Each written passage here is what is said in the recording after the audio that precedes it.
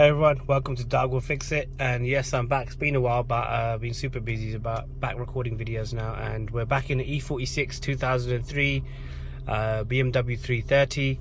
For those of you that don't know, and you should by now. And today we're going to be talking about tire pressure sensors. Now this car's nearly 20 years old, and it doesn't come with tire pressure sensors like most modern cars.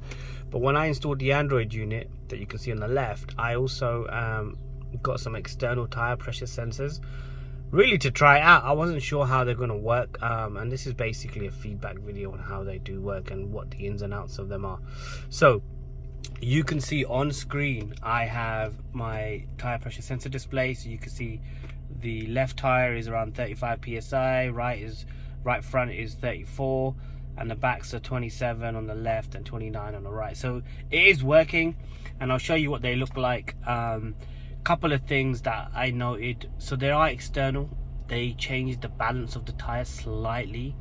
One thing I noted was that when if my tire was unbalanced without them, then they just amplified it. So on the motorways without the sensors on, the car seems to be fine. There's a ever so slight vibration due to an imbalance in the tire, but when I added the sensors on, it flipping amplified it by about 100 times, and the car was super shaky, super vibrating on the motorways, okay, or the freeways as you would say in the US.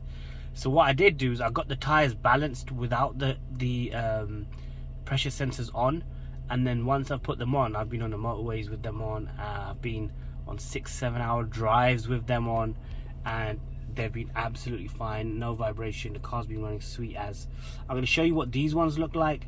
So most modern cars will have the tire pressure sensor inside the tire, whereas on these cars, on the older cars, you can get the external ones. You can even get the internal ones, I think, but I've got a set of external ones, and I'll show you what they look like. But super useful feature to have on an old car like this. It makes sense because we don't have run flats, so it does help.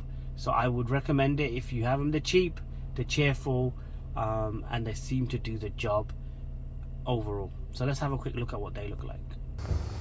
So as you can see, this is the front, this is the driver's side rear.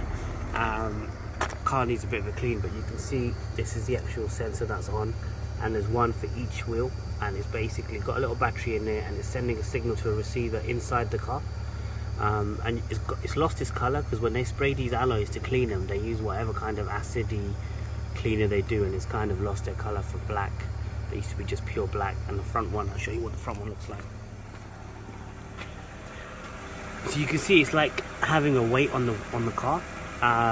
So if the tire is slightly imbalanced without them, they'll make it a lot worse. So you have to make sure your tires are fully balanced, tracking alignment is decent, and then after that, once you put them on, I've had no issues. The car's been running super smooth on the freeways, motorways, doing 80, 90 miles, well not 80, so 70 miles an hour, 60 miles an hour, 50 miles an hour, super stable, no vibration.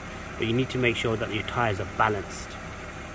So yeah, that's it really, and it works. Like I said, I've been using them now for a couple of 6 months now. Once I got over the initial vibrations and stuff due to tire balancing, they seem to be working fine. And then a couple of times I have been alerted to low pressure, and then it just flags up on the system straight away, and it drives you a bit mad because it goes ding ding every couple of minutes unless you actually switch it off. But that's it, just a little bit of advice there with the external tire pressure sensors on the older cars. Make sure your tires are balanced, and then you'll be good to go when you put them on. Thanks for watching. Please sub the channel, like the video, and I'll catch you guys in the next one.